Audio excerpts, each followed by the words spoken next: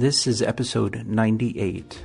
We welcome you to the ADHD Smarter Parenting Podcast. Here to heal and elevate lives is your parenting coach, Siope Kinikini. Hello, my friends. Well, kids are going back to school. Yes, they are.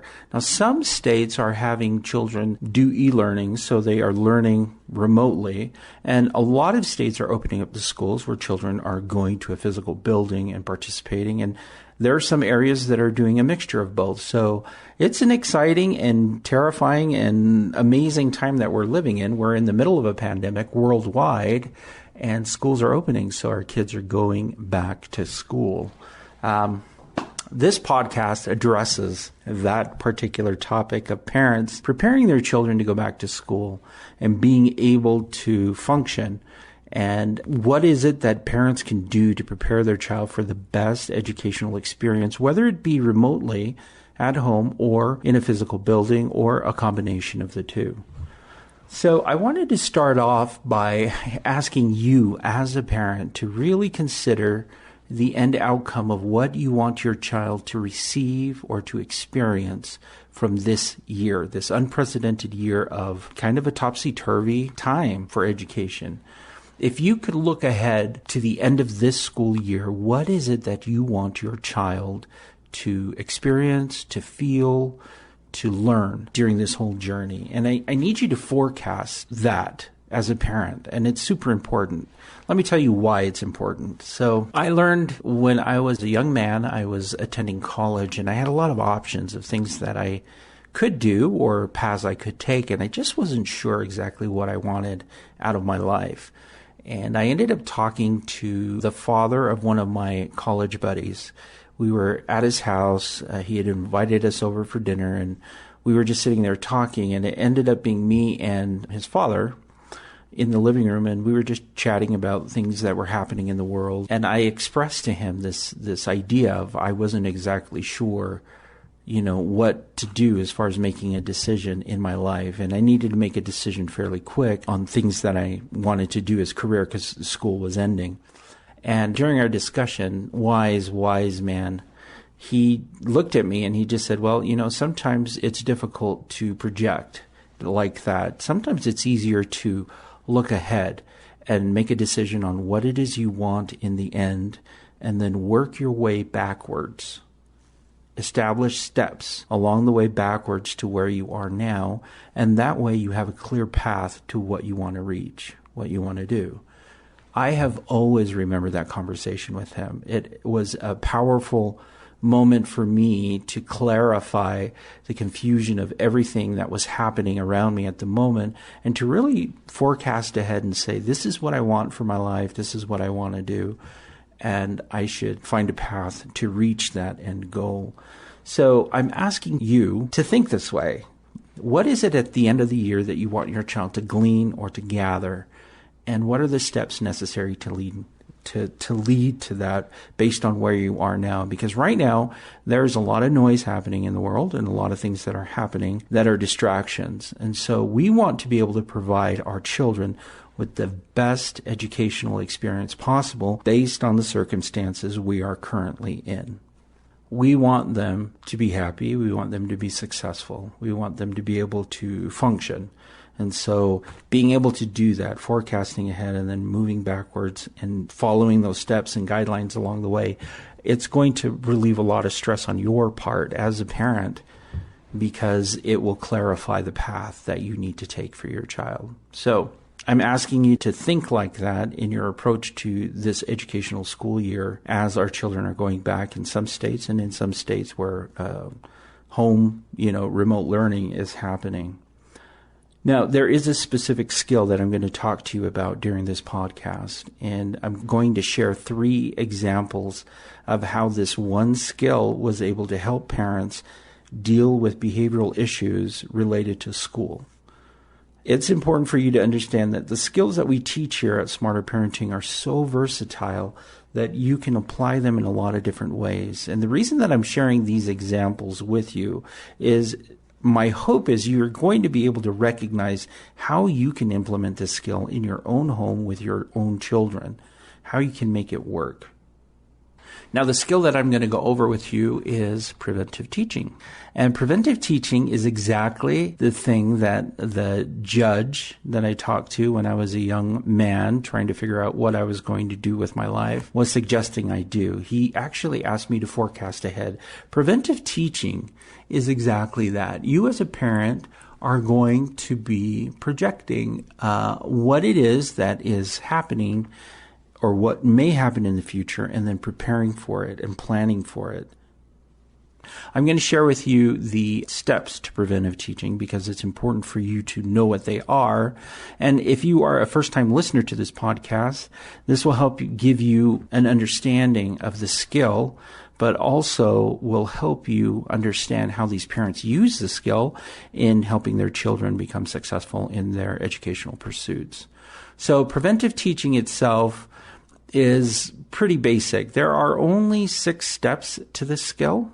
So it sounds like a lot, but it's not really. Let me explain what the steps are. Then I'll give you an example of how it works. And then I'll share the 3 examples of the different families who had issues or problems in relation to education in their children. So the steps to preventive teaching are: step 1, say something positive about your child's behavior or express empathy about how they may be feeling. Step number 2, describe how you want your child to act. Now, you want to avoid telling your child what you don't want. Step number 3, give your child a meaningful reason to behave that way. So the way that you described in step 2. This reason must be meaningful to your child. Step 4, practice the expected behavior. Now, this is the most important part of preventive teaching. Step 5, find something positive they did during that practice and correct it only if it's necessary. And then step 6 is to continue to practice. Once the child has done it correctly at least 3-4 times, then they've been able to memorize it and get it into their body, into their mind, and it starts to become more natural for them to behave that way. So 6 steps. Number 1 is to say something positive or express empathy. Number 2, describe how you want your child to act. Number 3, give a meaningful reason. Number 4, practice. Number 5, if they need correction, correct them. But if not, find something positive they did. And then number 6 is to continue to practice until they've done it 3 or 4 times. Okay? So let me tell you what this would sound like. So I'm going to go through each of the steps and tell you what to say or how to say it, or at least how I would say it when I am using this to prepare my child for school. Let's give an example that my child is going to go to school, and there's a possibility that one of the other students will be using drugs. Let's say specifically acid, okay? I would approach my child before school started, and I would, in step 1, say something positive about my child's behavior or express empathy about how they may be feeling. So in this case, I would choose to say something empathetic about how they may be feeling. I would say, to my daughter, I would say, you know, school is difficult, and sometimes when you're surrounded by other students who make poor choices, they may offer drugs to you. Specifically, they may offer you to drop some acid. So in that way, I am prefacing it and telling her in this situation and expressing empathy that it may be difficult, okay? Then in step 2, I want to describe to my child how I want my child to act. Now, this is important that I avoid telling my child what I don't want them to do. So I'm going to tell her what I expect her to do if somebody is asking her to drop acid. So I would say, if a friend of yours comes along and asks you to drop acid, I want you to say no, and I want you to walk away. Very specific. So say no, and I want you to walk away. Now, again, I avoided telling my child what not to do. Now, this is a tricky part because some parents want to tell their child what not to do. So be sure in your mind you are giving them very clear instructions on what exactly to do and how to do it. Okay? Now, step number 3, give a meaningful reason to behave that way. And this must be a reason that is meaningful to your child. For my own child, I have to think, what's motivating to my child? Why should she say no and walk away? And for my child, it's this sense of independence and being able to be responsible. And for her, that's a huge thing right now. So I would say that. I'd say, the reason why you should say no and walk away is because it proves how independent you can be. And it shows maturity. Now, this is a meaningful reason that is meaningful for my child. Your child will be different, and you need to find what is a meaningful reason for them. But for my child specifically, it would be because it shows that you are responsible, that you can make difficult choices, that you can become independent. Those are things that are meaningful to her. So I would use that. Now, this is super important as well for parents to understand that when you say things like, well, if you do drugs, then it would hurt our feelings as parents and you would destroy our family. Those are reasons that are centered around you and around other things that are not really motivating for your child. So again, you want to find things that are motivating to your child in step number 3. Now, step number 4, which is super important, is the practice. You want to be able to practice what your child should do. Now, initially, you are going to take the role of your child and demonstrate what to do. This is super, super important for you to do because when they are able to see you do it, not only does it give them permission to do what you just did, but it also demonstrates to them specifically what you expect them to do. So in this case with my daughter, I would say, okay, well, we're going to practice this. I'm going to be you, you're going to be your friend, and you're going to offer acid to me, and we will see what I do, and this is what I want you to do. So then my child would come to me and say, okay, hey, I have some acid here. You want some? And then I would follow through with what I described in step number 2, which is say no, and then I would walk away. And I wouldn't just say, I'm walking away. I would physically walk away. Okay, we're trying to make this an immersive experience for your child. Now, I may want to do this 2 or 3 times with my child just so they are fully aware of every nuance of what I want them to do, and you can do that. But you want them to be able to experience it from that point of view of watching you do what you are describing in step number 2. After that, you want to flip it. And you want your child to be the child and you be the friend. And then you practice it and you say, hey, what's going on? How's school? Hey, I have some acid. You want some? And then have your child practice what they need to do. This helps your child integrate what it is that you are expecting them to do into their body and into their mind. This helps your child know exactly how it feels to do step number 2. So it's very important to practice. And you want to practice at least 3 times. You want to be able to see your child react this way every single time consistently. The more consistent, the better off your child is going to be. So we would practice it. And during this time, while I'm practicing it with my child, I would change my approach in how I would ask my child to drop acid. I would come across as the sly friend who's like, hey, you just want to try it just once, not a big deal, and have your child practice it that way. Then I would try it as an angry friend and be like, why aren't you doing this? You should try this. Come on. You're not my friend. Okay. And so I would practice it in multiple ways, and I would want to practice it in ways that are realistic to the friendships that she currently has. Because the reality is kids are introduced to drugs by their friends and people that they know. So taking on that role would require me to be like a friend and how a friend would react and act in that situation. And we would practice this until my child felt comfortable and I could tell in my child that it was an automatic response. Now, in step number 5, you want to find something positive they did during the role play and correct only if necessary. So you're looking actually for the good things your child is able to do during this role play. If they need correction, you just make the correction and then you practice again. Go back to step 4 until they do it correctly and then continually practice. And step number 6 is to continue to practice. Once the child has done it correctly, practice it at least 4 times. Okay.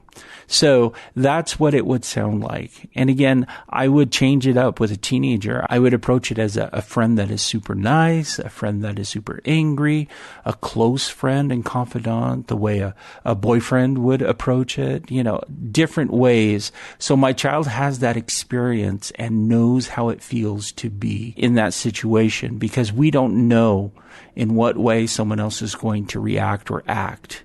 So we're just covering all our bases. So that's what it would sound like, and that's how it would work. So preventive teaching is going to be helpful in not only something like that, but in everything that you do. Remember, we're looking and keeping in mind the end product. What is in the end that we want from our child, and in what way can we trace the steps back and help them, guide them along that path so we can get the end result? Let me share with you 3 examples from different parents in regards to going back to school or school behaviors that tend to be problematic for parents. The first one I want to share with you is the morning schedule and getting ready on time and getting your child at school on time. There tends to be a problem with children in the morning. Sometimes they're up way too late, or they didn't get enough rest, or they're super grumpy and they're argumentative in the mornings, and things are just hectic. And sometimes parents bring their children, super late to school, and it drives them crazy because then they're late to work, or it just throws everything off for the day.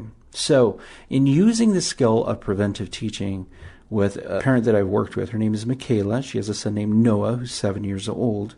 What we started to do was to evaluate, okay, what is the end goal? We want to be out by 8 o'clock. That is the goal. She wants to be in the car, ready to drive out of the driveway at 8 o'clock. So we started to trace back each of the steps necessary for her to be able to do that. And that included us dictating what needs to happen at what time during the morning. Now, one of the suggestions I had for her as part of this, hey, this is the goal that we want, in what ways can we simplify the steps for my child, was to evaluate what she could do the night before in preparation for the morning.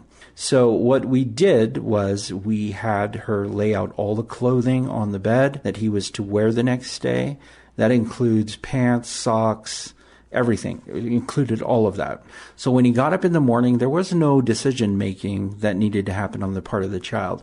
All he had to do was get ready, and his clothes were set. So it wasn't looking for shoes. They weren't looking for backpacks or books. Everything was packed and ready the night before, which saved a lot of time in the morning.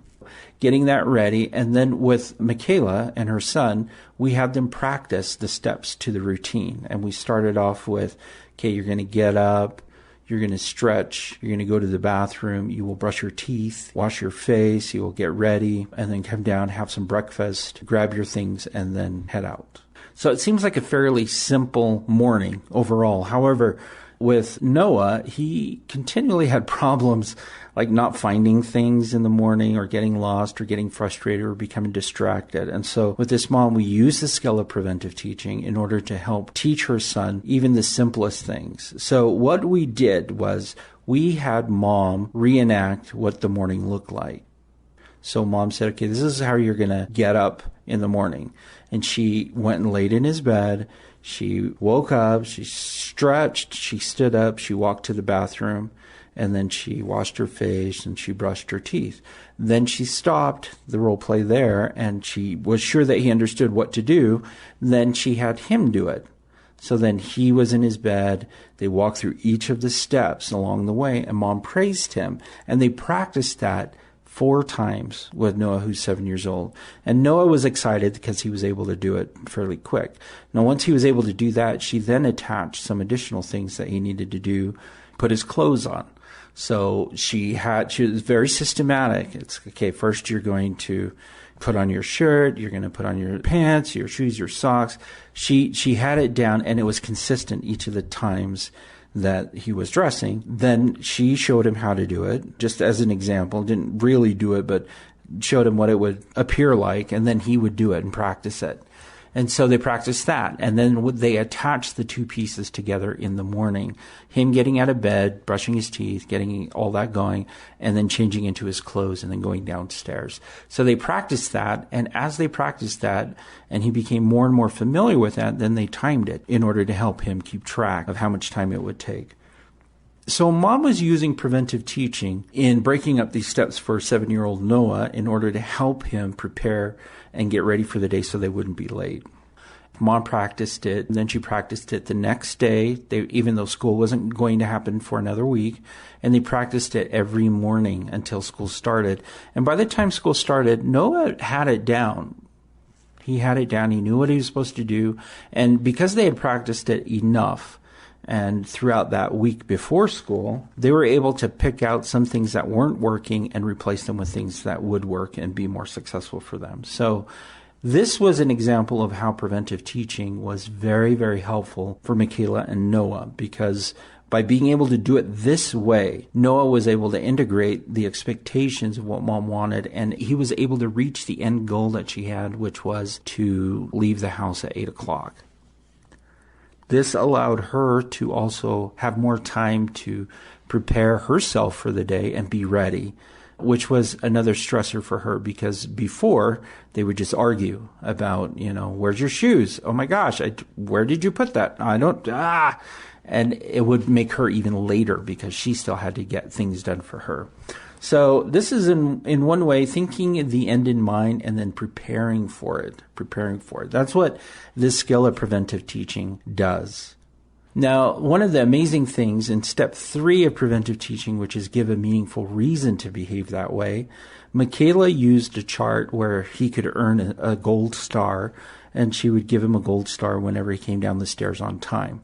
By the end of the week, he had gold stars on every day, and then she rewarded him and gave him something that he would enjoy. Most of the time it was just spending time together cooking something that he liked, like a dessert. So they were able to keep track of his success, and he was able to keep that. And he could see days that he did really well and days that he struggled a little bit. But it was meant to help him keep track of that, and it was meaningful for Noah. So remember, step 3 is super important. In the practice, you also want to be sure to give a meaningful reason why they should behave that way. For Noah, the meaningful reason was because he could earn a gold star and then earn something larger, a reward afterwards. So super proud of them, Michaela, if you're listening. Great job. Keep going. And now we're going to implement that in other ways in preparing. Now, if you have a child that is not going to a building to go to school, you're going to do the remote learning. Evaluate then the schedule that you have in the home and the expectations for the schedule, and prepare your child for that and be consistent. You want to be sure that it's consistent. This is the one thing I do want to emphasize for parents is if you are doing the remote learning, I want you to be flexible with it. Children vary, and so doing it exactly in one way may not be effective. So you want to be able to be flexible to the needs of your child and understanding, hey, we're going to make this work, we're going to figure this out, keep the end in mind, and then plan the steps backwards to where you are now so you can reach that goal a lot easier. Now, let's talk about my second example that I want to share with you.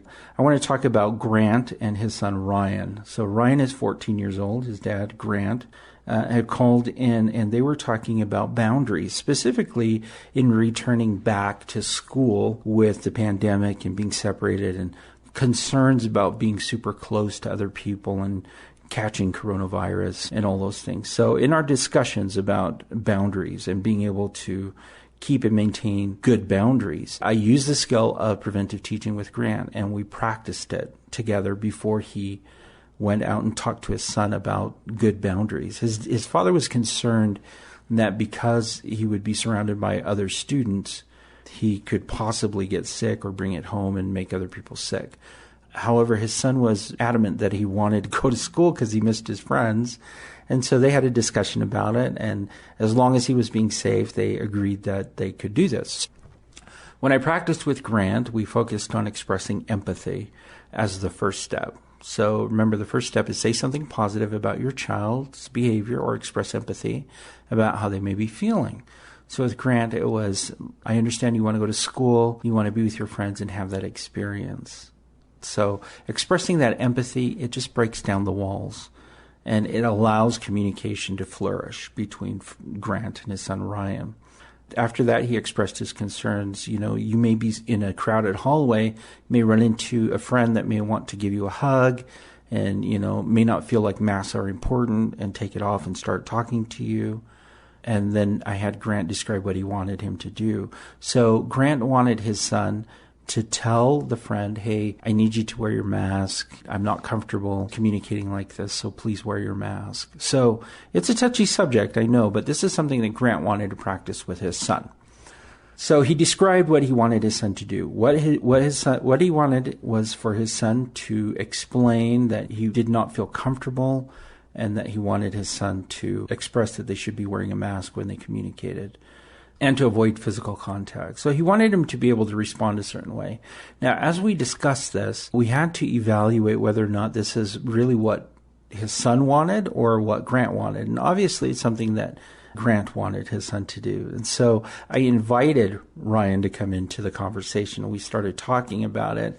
And for Ryan, after we dug a little bit deeper, we started to understand some of the reasons why he felt like it would be okay, but also some of the concerns he had. Now, that was super helpful. So some of the concerns he had is they were living with their brother who has a pre-existing condition and that may put him at risk. And so in their discussion and in talking about this, his meaningful reason was that he wanted to also still protect his family. He wanted to go to school and have an opportunity to be with his friends and have an experience in junior high, but he also wanted to protect his family. So that was a good reason, meaningful reason why. And that happened because we had a conversation with Ryan directly, and Ryan was able to express that. So we talked to Ryan, okay, in what ways can you react when somebody comes to you and may possibly put you at risk? And he said, well, I can just politely tell them, this is what I want to do. And in this case, Ryan came up with what he should do in step number 2 instead of Dad. And let me tell you the beauty of that is that when a child is able to determine these things, they're more apt and likely to follow through with them. So he came up with the meaningful reason why, because we discussed it and he was able to express that. And so that made practicing it, step 4, step 5, and step 6, super easy. Now, if you have an older child, you may want to try this with them. And that's working through a difficult situation, talk to them and communicate with them and find out how they would respond in a certain situation. And if it fits in line with what you want your child to do, then you can also determine what the meaningful reason why is, because they'll tell you, and you have this skill really wrapped up in a really pretty package. It's a beautiful present. So with Grant and Ryan, we practiced this, okay? So we started off with expressing empathy. Okay, Ryan, I know you're going back to school. There's going to be some safety precautions there, but some kids may not follow them. Step 1. Step 2. What I want you to do if someone's not following through with being safe is I want you to express your feelings and say, I'm not comfortable with you not wearing a mask. Will you please wear your mask when we communicate? And please no hugging. That's step number 2. Step number 3. This is Grant speaking. When you're able to do that and express that, people will respect it and understand, but in a way you can have what you want, which is engagement with your friends, but you're also keeping your brother safe. You're keeping our family safe. And that's something that is really important to you. Now, I knew this worked because that was Grant talking in step number 3, but I knew it worked because his son Ryan was nodding and said, yeah, I want to keep my brother safe. I want to keep my family safe. Okay, so he's nodding. Yes, I agree. Now, step number 4, let's practice this. So I'm going to be you. This is what Grant's saying. I'm going to be you. You be me. And let's practice this so you can see what it is and what I do. And then I want you to copy what I do. The practice begins. Ryan goes up to Grant. Hey, how's it going? And he's like, hey, I'm uncomfortable with you not wearing a mask. I'm going to ask you to please wear your mask and please no touching. We're still friends, but yeah, can you please do that? And then Ryan's like, oh, okay. And then he put on his mask, and then Grant's like, okay, did you see how I did that? Now, Grant did something really beautiful in this part, and he said, do you feel like your friends would react that way? And Ryan said, yeah, absolutely. My friends are nice. They're cool. And if I ask them, they'll do it. I mean, they don't have a problem with that. Like, nobody's going to fight me over it or anything. And they're my friends. And it's not a big deal. So Ryan felt comfortable about it. Then we switched roles and had Ryan be Ryan and his dad be a friend, and they practiced it 2 or 3 times. And Dad switched it up. Dad made it a little more difficult by being a difficult peer during this process, and Ryan was able to follow through without any problems. And so they talked about it, continued to practice it until school started. And he went back to school, and he was prepared. So again, Dad had in mind the end result that he wanted, and then he worked his way back into the steps that needed to happen in order to reach that ultimate goal, right? It was a beautiful, beautiful interaction between Grant and Ryan. And it's a privilege, really, for me to work with families when I see children figure things out on their own and actually help out in the whole process of implementing the skill of preventive teaching. Now, the last example I'm going to share with you is homework routines. So as kids go back to school, this is not uncommon for any child who is involved in school or parent.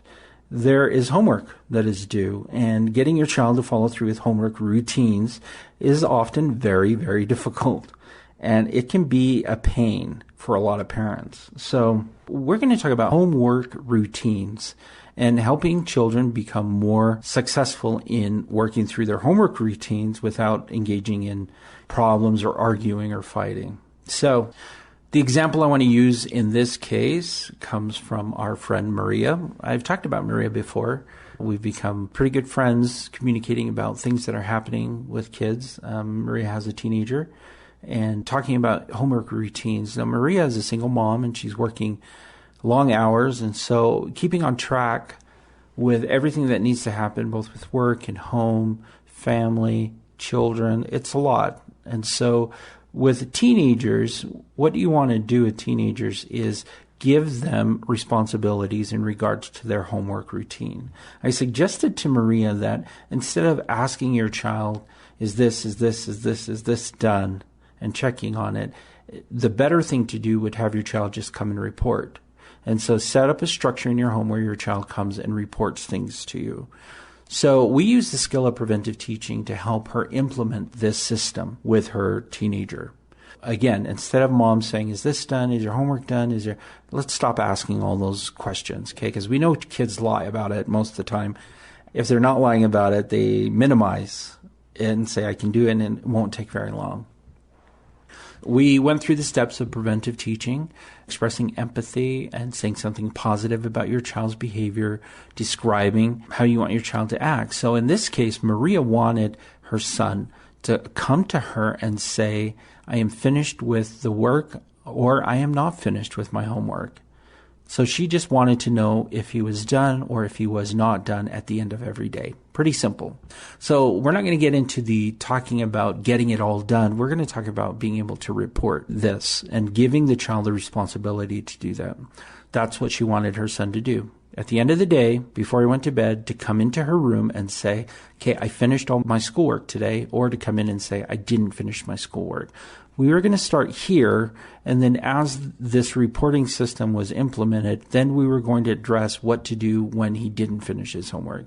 But we were going to focus in on this behavior first, right? In talking to Maria, I said, okay, so what's a meaningful reason for your child to come in and report to you every day?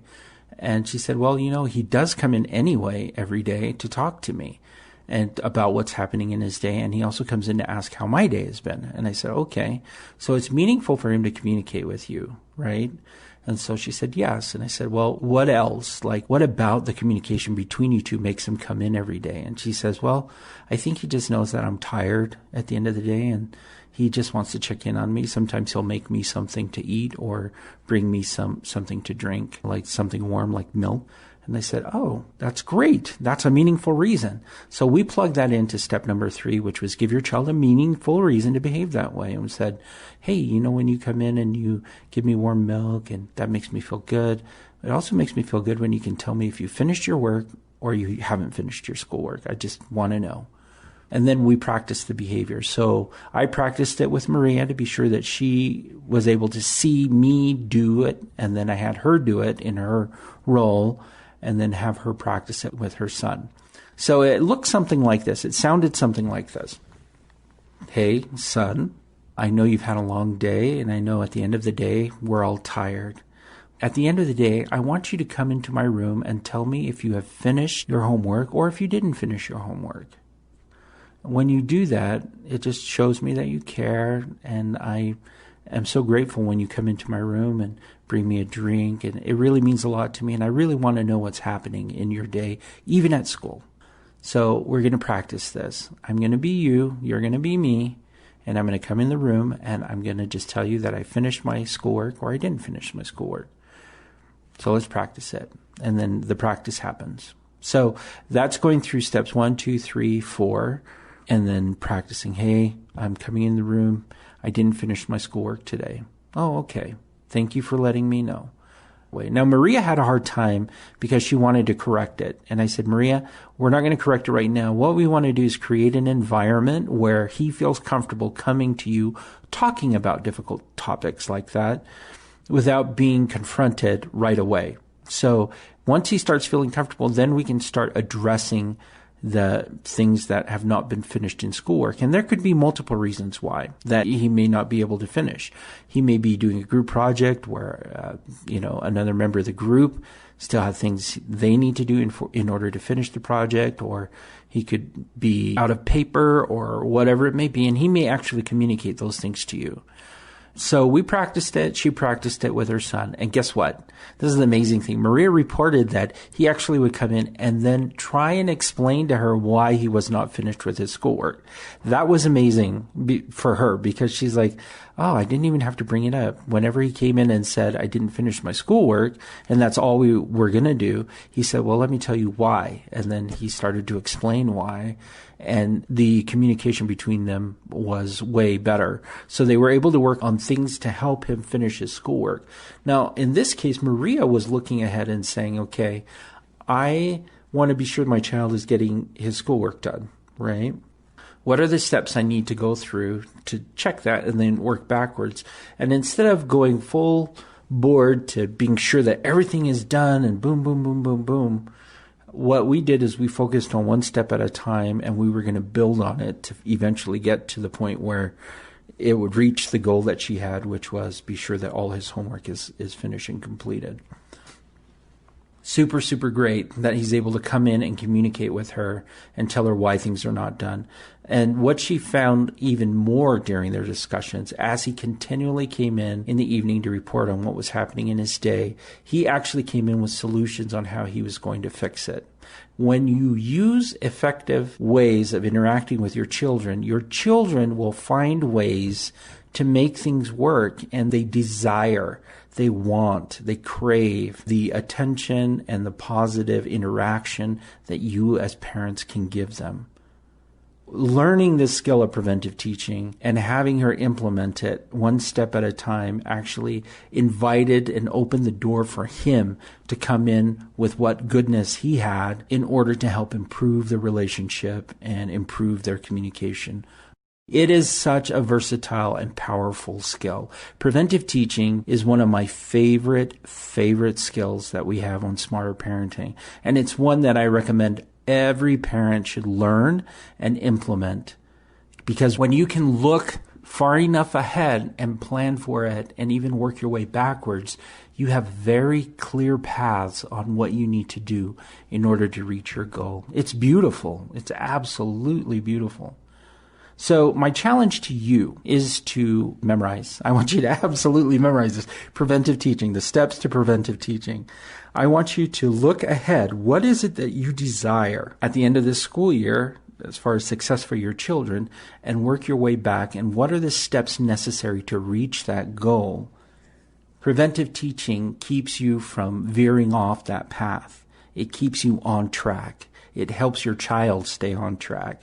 It gives them permission to move forward and know exactly what to do, what to say, how to behave in situations that you prepare them for. Now, I know we are living in some uncertain times, and this year has been absolutely different than any other year I have ever lived on this planet.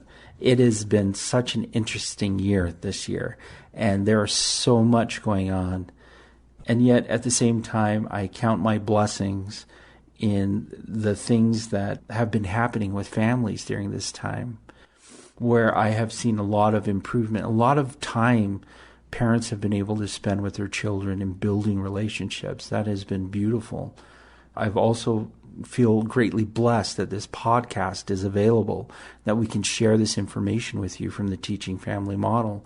I'm grateful to share the Teaching Family Model. I mean, this model has been around forever, longer than I've been alive, and it's still being used by professionals around the world, and now we're sharing it with you for free. I mean, think of the great blessing it is to be able to do something like this and to share it with families around the world. So there are a lot of things to be grateful for, and I'm grateful for you as a listener, taking time out of your day. I realize you are busy. Thank you for listening and for being a part of the Smarter Parenting family. Very, very grateful for you. This is an absolute must for you to learn is preventive teaching. I'm going to invite you, if you have any questions, to sign up for coaching. There is an opportunity for you to expand, and we can individualize this to your child. Like the families that I've discussed here, they've all been introduced to me through coaching. So call me up, set up an appointment. You can find it on the Smarter Parenting website. Let's talk. Let's work through these things. Let me individualize this for you and help you out, because let me tell you, there is no investment more important than the investment that you are going to make in your children. Absolutely none. When everything else fades away, what will be left is your family. And I consider you part of mine. So I'm wishing you the best this week. Good luck back in school. And I will see you again next time. All right. Bye.